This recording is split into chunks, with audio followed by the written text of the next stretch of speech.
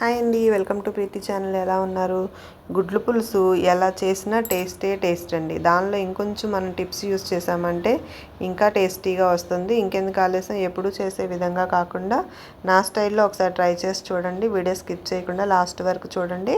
కొత్తగా చూస్తుంటే please subscribe my channel. ఇప్పుడు స్టవ్ మీద కడాయి ఆన్ చేసుకొని పులుసుకు సరిపడా ఆయిల్ వేసుకొని ఇందులో కొంచెం పసుపు, ఉప్పు వేసుకొని కొంచెం వేగిన తర్వాత ముందుగా ఉడకపెట్టుకున్న కోడిగుడ్లు వేసుకొని బాగా ఫ్రై చేసుకోవాలి. గుడ్లకు మనకు నచ్చినట్టుగా గంటలు పెట్టుకోవాలి.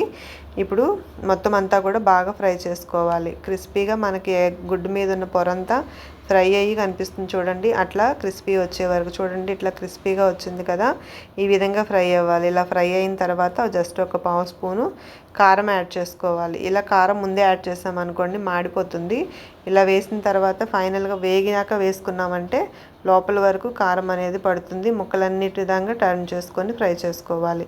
ఇలా క్రిస్పీ అయ్యాక పక్కకు తీసేసుకొని అదే కడాయిలో ముందుగా కట్ చేసి పెట్టుకున్న మీడియం సైజ్ ఉల్లిపాయలు ఒక 3 చిన్నవి అవి వేసేసుకొని బాగా కట్ చేసుకున్న మిశ్రమం ఉల్లిపాయ అంతా కూడా కలర్ చేంజ్ అయ్యే వరకు ఫ్రై చేసుకోవాలి. కాస్త ఉల్లిపాయ చేంజ్ అవుతుంది కదా, ఇప్పుడు 2 మిర్చి కొంచెం కరివేపాకు వేసుకొని బాగా ఫ్రై చేసేసుకుందాము.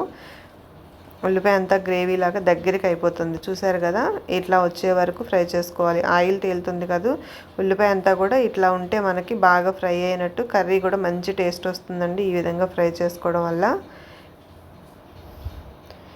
ఇప్పుడు ఈ ఉల్లిపాయ మిశ్రమం అంతా కూడా గ్రేవీ దగ్గరికి వచ్చింది కదా, దీంట్లో మనం రుచికి సరిపడినట్టు ఇంగ్రీడియంట్స్ అన్నీ కూడా యాడ్ చేసేసుకుందాము. ముందుగా అల్లం వెల్లుల్లి పేస్ట్ ఒక స్పూన్ యాడ్ చేసుకోవాలి. అల్లం వెల్లుల్లి అంతా కూడా పచ్చివాసన పోయే వరకు ఒకసారి బాగా కలుపుకొని ఒక 2 నిమిషాల పాటు ఫ్రై చేసుకోవాలి. ఇందులో కొంచెం పసుపు వేసుకోవాలి. అట్లనే జీలకర్ర పొడి ఒక పావు స్పూను, ధనియాల పొడి ఒక హాఫ్ స్పూను, కర్రీకి రుచికి సరిపడా కారం అనేది మీ టేస్ట్కి తగినట్టుగా కారం ఫ్లేవర్ని బట్టి అడ్జస్ట్ చేసుకోండి. అట్లానే ఒక హాఫ్ స్పూను జీలకర్ర పొడి వేసుకొని బాగా కలిపేసుకోవాలి. ఈ మసాలా కారం అంతా కూడా ఈ ఉల్లిపాయ గ్రేవీకి బాగా పట్టి ఇలా పీల్చుకునేటట్టు, ఇలా ఆయిల్ తేలుతుంది అన్నప్పుడు చిన్న సైజు గ్లాసు అంటే టీ గ్లాస్ అంత వాటర్ యాడ్ చేసుకొని కాస్త ఒక ఉడకనిచ్చుకోవాలండి.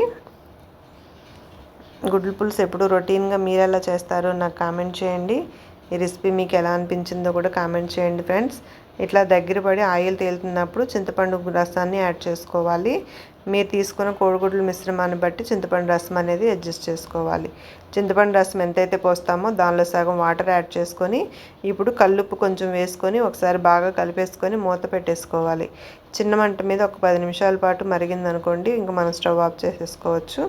చూసారు కదా, ఇట్లా నాకైతే ఇక్కడ 7-8 మినిట్స్ అవుతుంది. 8 మినిట్స్ తర్వాత మనం ముందుగా ఫ్రై చేసి పెట్టుకున్న కోడిగుడ్లన్నిటిని కూడా వేసేసుకోవాలి. ఇప్పుడు మిగిలిన 2 నిమిషాలు ఫ్రై చేసుకున్నాం అనుకోండి, పులుసు అంతా కూడా దగ్గరికి అయిపోతుంది. చూసారుగా, 10 నిమిషాల్లో సింపుల్గా చేసుకోవచ్చు ఈ పులుసు రెసిపీ. ఇలా దగ్గరికి ఉడికిన తర్వాత నాకైతే ఈ గ్రేవీ సరిపోతుంది. ఇంక స్టవ్ ఆఫ్ చేసేసుకుంటున్నాను. చూసారుగా, మీకు ఎలా అనిపించిందో కామెంట్ చేయండి friends. Thank you for watching. కొత్తగా చూస్తున్నట్లయితే please subscribe my channel. Bachelors అయినా వంట రాని వాళ్ళైనా చాలా సింపుల్గా చేసుకోవచ్చు.